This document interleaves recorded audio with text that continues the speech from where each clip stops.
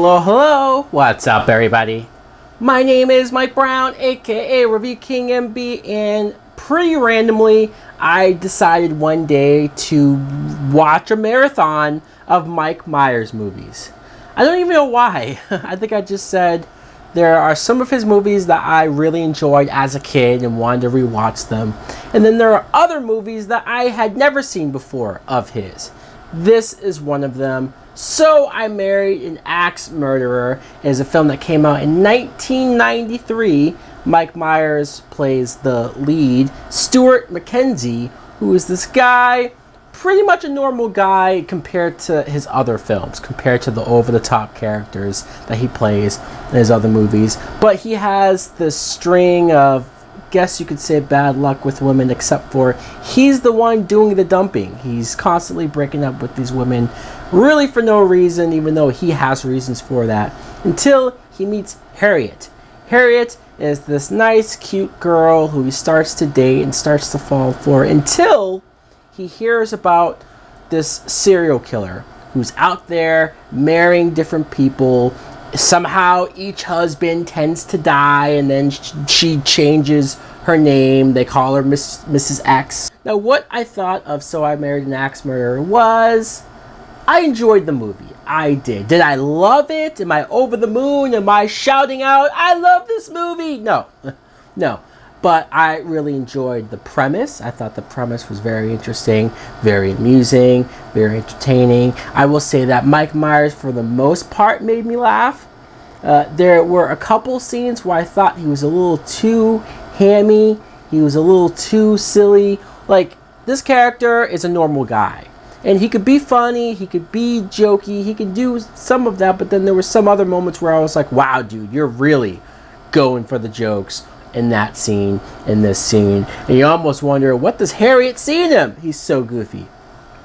But I liked the moments when he was real, when he was becoming afraid of her and then realizes it's silly, in the scene where after he broke up with her, he comes back and almost begs her to come back. It doesn't work. He has to go get a jazz band and play in front of a window. Like, I like those moments. Those moments were sweet.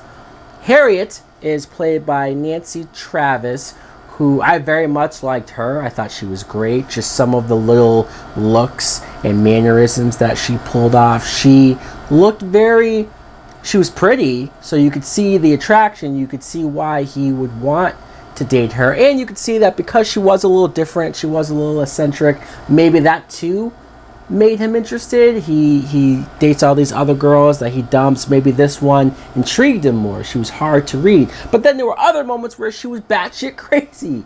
She was giving him looks. She was asking all these questions about what his intentions were, what he was doing, why does he say this, why does he say that, and it makes you go, holy hell!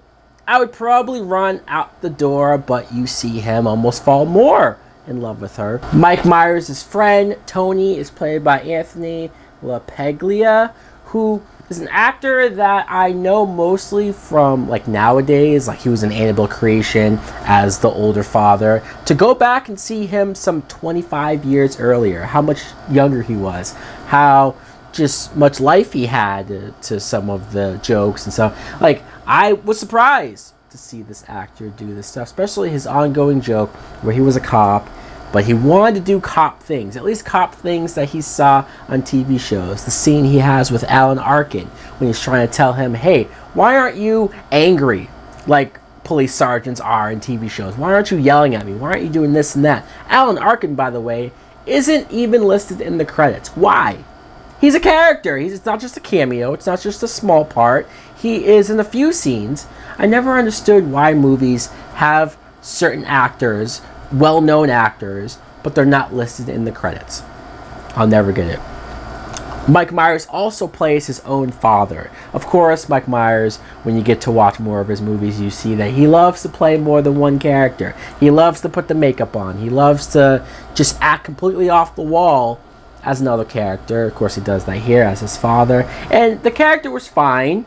I probably didn't need Mike Myers to do the father character, but his Scottish accent sure did make me think of Shrek. I know this movie was well before Shrek, but watching Shrek first And then going back to watching this for the first time, I'm like, all I hear is Shrek. His mother in the movie, Brenda Fricker, I saw that actress and I instantly recognized her because I have only seen her in one other movie, Home Alone 2. She's the homeless bird lady. I saw her and I instantly thought, holy crap, she has been in other movies. Good to know. Phil Hartman has a great cameo. Just as soon as I saw him, I smiled. I guess I should talk about the twist. If you haven't seen this movie, I know it's 25 years old.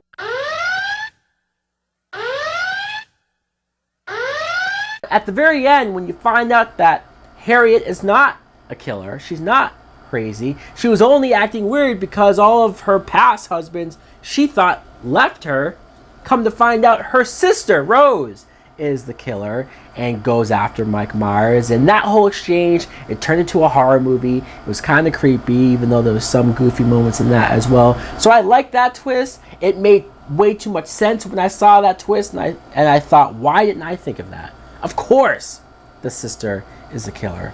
All in all, I enjoyed the movie. I thought it was a nice little film that had its moments. So guys, let me know in the comments below, what do you think of So I Married an Axe Murderer? Do you like it as well? Is it one of your favorite Mike Myers movies? Thanks for watching. Like, comment, subscribe. Later!